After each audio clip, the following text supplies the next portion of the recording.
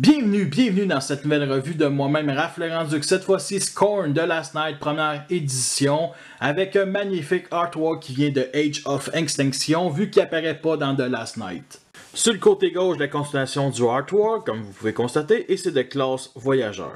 À droite, sa fonction spécialiste en démolition, on l'a très bien vu dans Age of Extinction, et bien entendu, le même artwork qu'on retrouve sur le devant. À l'endos, univers CGI dégueulasse, ça se fait en 23 étapes. Il y a aussi offert Nitro, l'autre de la vague 3 que vous pouvez déjà voir sur ma chaîne. Si vous êtes ignorant d'un dinosaure, c'est un Spinosaure. Il est apparu dans Jurassic Park 3, bien entendu. Il s'est battu contre T-Rex et il a gagné, malheureusement. Et c'est quand même un énorme voyageur. Les classes voyageurs ont toujours été gros, mais lui, là, il est gros, il est big, ok? On va tout de suite vous le comparer avec sa version Deluxe ici d'Age of Extinction. Vous voyez la différence, il y en a quand même beaucoup. Lui, il a du orange côté couleur.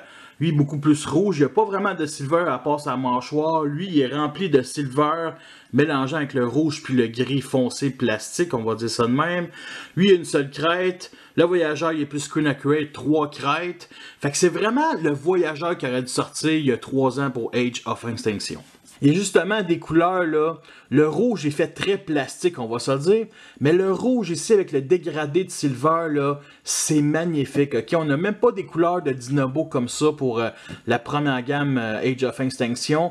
Fait qu'ils ont vraiment fait de quoi d'unique pour une fois, Hasbro. Ils essaient de s'innover, c'est correct, on accepte ça, c'est le fun.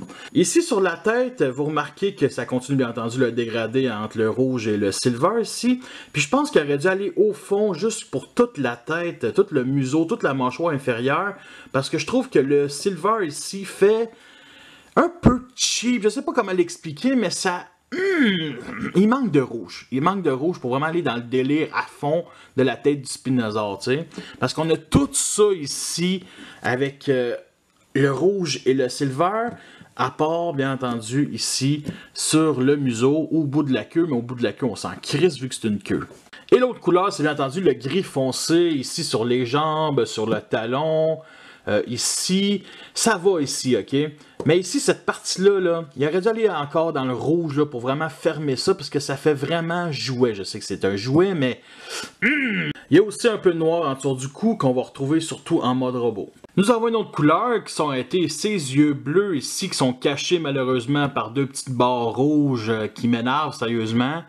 Et on voit très peu, ok? Je sais pas si vous voyez, mais si je le mets sur un angle, peut-être que vous allez plus les voir ici entre les cracks. Oui, c'est ça, c'est des yeux bleus comme la version Deluxe.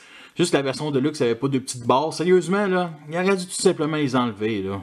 Voici sa langue pour bien brouter Madame Scorn, mais je voulais juste vous montrer que toutes ici, les dents à l'intérieur sont toutes caoutchoutées, ok? Tu peux pas crever un œil d'un enfant avec ça. Par contre, sur les pics, sur le côté, oui, ok, ça c'est dur. Ici, au-dessus, ça c'est caoutchouté. Ça c'est dur au-dessus du cou. Et ça c'est dur.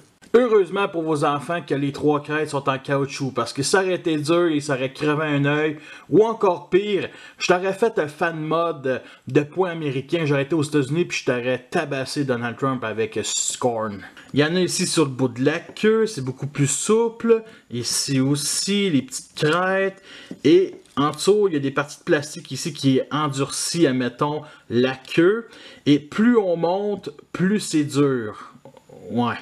Malgré que j'aime beaucoup ce dino, il y a quand même quelques points négatifs. Le pire, c'est ça ici, le bras, ok? Oui, c'est le bras ici qui est clipsé, puis clipsé entre parenthèses, après la bédaine, ok? C'est dégueulasse. Au moins, dans la version Deluxe d'Age of Extinction, c'était la tête qui était le bras, c'était un peu louche, mais c'était assez plaisant. C'était unique, c'était un excellent hommage à Megatron Beast Wars. Lui, il est pas pantoute, là.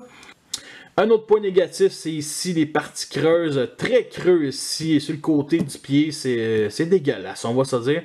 On retrouve aussi à peu près la même affaire ici, mais ça fait squelettique, ça s'accepte beaucoup plus.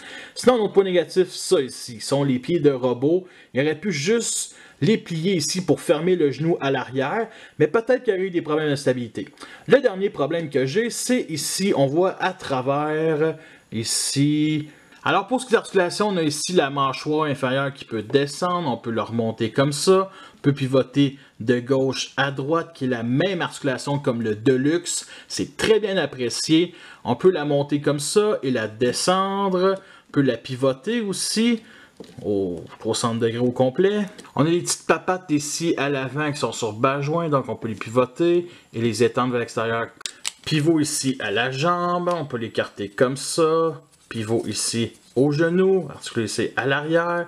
Il y a ça ici qu'on peut monter un peu, le genre de protège cuisse. La queue, on peut la pivoter ici 360 degrés, comme ça. Fait qu'on peut la lever ici, lever la partie du milieu et bien entendu lever le bout comme ça 90 degrés. Sérieusement, j'adore ces articulations en mode dino, ok? Vous connaissez la figurine de Grimlock de classe voyageur, on peut juste le mettre d'une manière horizontalement. Lui, on peut le mettre horizontalement ou verticalement, comme ça. On descend un peu la tête, ici les papates, et on l'a en mode, je sais pas moi, en mode prêt à faire caca. Non, sérieusement, c'est con, mais d'après moi, un dinosaure, quand il chie de même. Fait que le voici en comparaison avec les Dinobos on-screen. Juste à côté de Grimlock, vous voyez la différence. On voit que c'est pas la même ligue. Sérieusement, c'est vraiment magnifique. Et bien entendu, avec les Dinobos ici off-screen. J'espère qu'un jour, on va les voir ou ouais, un jour. Nous sommes rendus à la transformation, pas trop compliqué, assez le fun, faut savoir les étapes quand même. Fait que je vais commencer par les jambes du dino qui forment les jambes en mode robot. On plie ici le talon, on pivote comme ça et on remet le talon droit pour venir verrouiller ici le tibia. On place la jambe droite, on rabaisse la fausse mâchoire ici sur les cuisses. L'autre bord, c'est la même affaire, le talon, on pivote comme ça. On replace le talon, place la jambe droite, ici la fausse mâchoire et on pivote 90 degrés vers l'arrière. On déclipse ici les parties rouges qui tiennent les crêtes latérales, comme ça, on les met sur cet angle-là. On déclipse ici le devant de la tête par le cou, comme ça, et on vient mettre sur cet angle-là pour l'instant, ok? On déclipse ici le bras, on le met de même, et on déclipse, on appelle ça déclipser, toute la partie de l'épaule, et on vient juste le rabaisser. On déconnecte ici les deux jambes, comme ça, peg-là avec ce trou-là, l'autre bord c'est la même affaire, comme ça, et on les dégage vraiment. Fait que là, on fait juste déclipser et rabaisser la queue. Fait qu'on va monter ici le dos, pivoter ça 90 degrés vers le haut, comme ça. On va venir rabaisser ici la tête, sortir la tête du robot et venir la rentrer ici dans le dos, comme ça. Et on va venir verrouiller le dos avec les parties rouges qui se clipsent au peg ici sur le côté, parfaitement, comme ça. Et les crêtes, on va les mettre vers le haut pour bouger, mais moi c'est ce que je fais.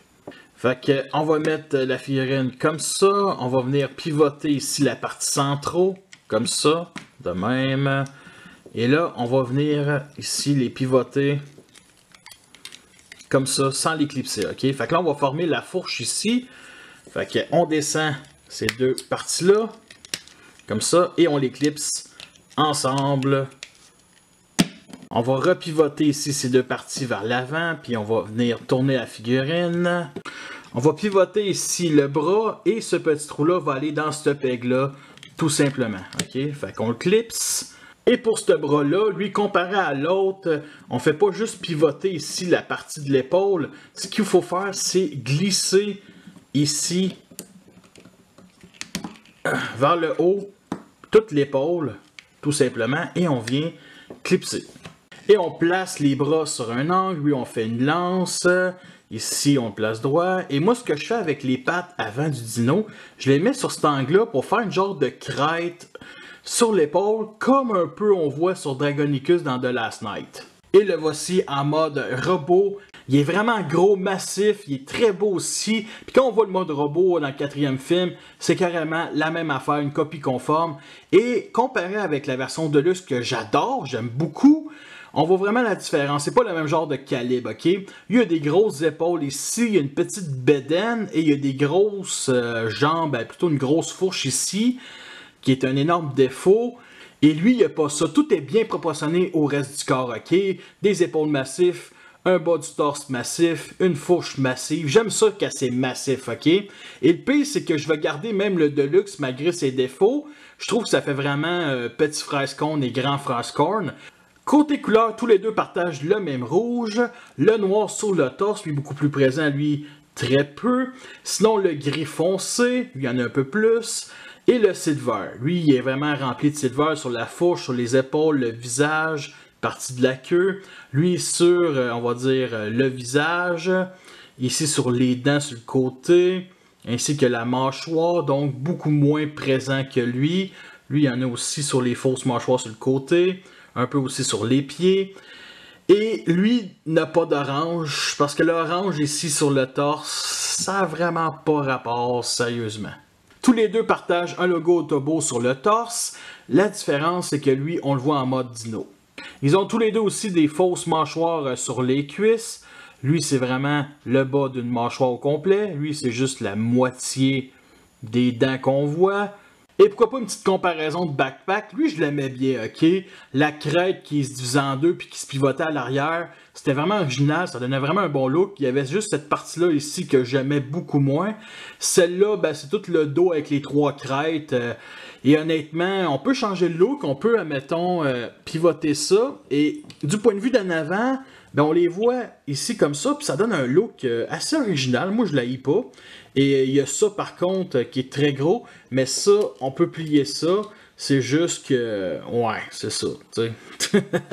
C'est très massif. Puis il y a tout aussi la partie du cou aussi qu'on voit du point de vue de l'avant. Puis ça, c'est juste dégueulasse. C'est pas screen accurate, ça, quand même.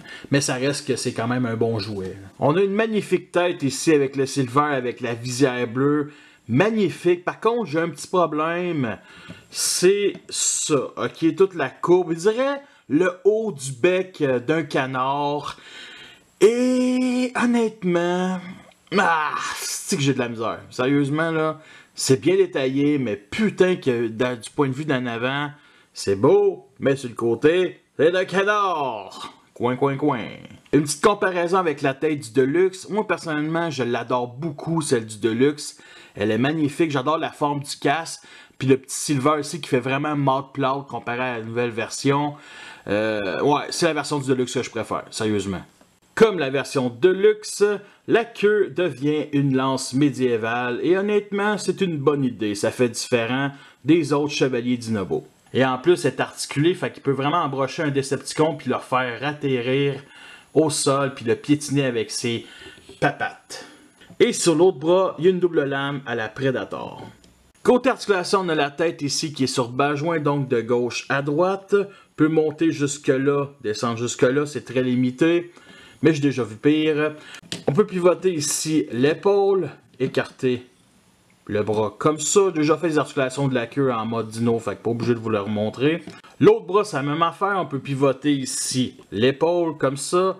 Mettre le bras sur cet angle-là. On peut même aussi plier le coude à l'intérieur. Peut se gratter les aisselles, le chanceux. Bien entendu, c'est sur pivot, ici, comme ça. Vous remarquez les parties creuses du bras, tout simplement. Et bien entendu, la main qui est articulée, mais à cause des doubles lames, ne peut pas pivoter 60 degrés.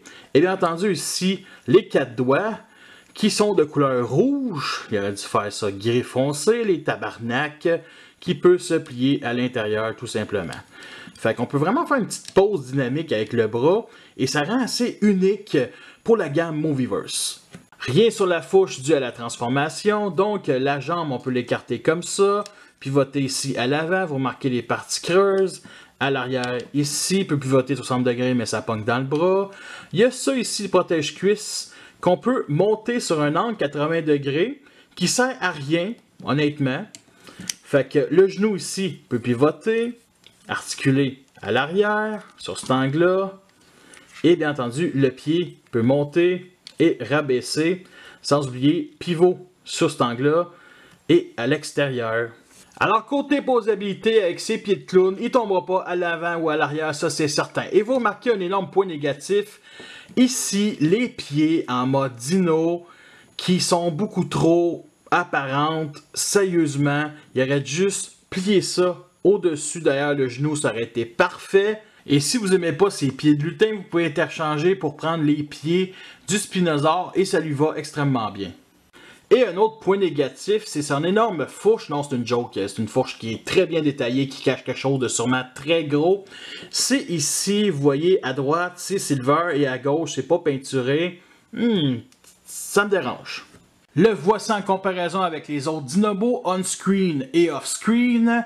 Et honnêtement, j'espère que dans un futur film, ils pourraient réunir toute cette bande-là parce que 4 Dinobos, c'est très peu pour le film. Puis en plus, dans The Last Night, on en a juste vu 2 qui sont inutiles. Pourtant, c'est des chevaliers légendaires. Mais juste pour revenir sur Scorn, j'étais quelqu'un d'assez satisfait de la version Deluxe. Et lui, avec les autres, il fit parfaitement, ok? Puis sérieusement, on voit de plus en plus son rôle qui est carrément d'être dans les premières lignes de défense. Et ça, c'est génial.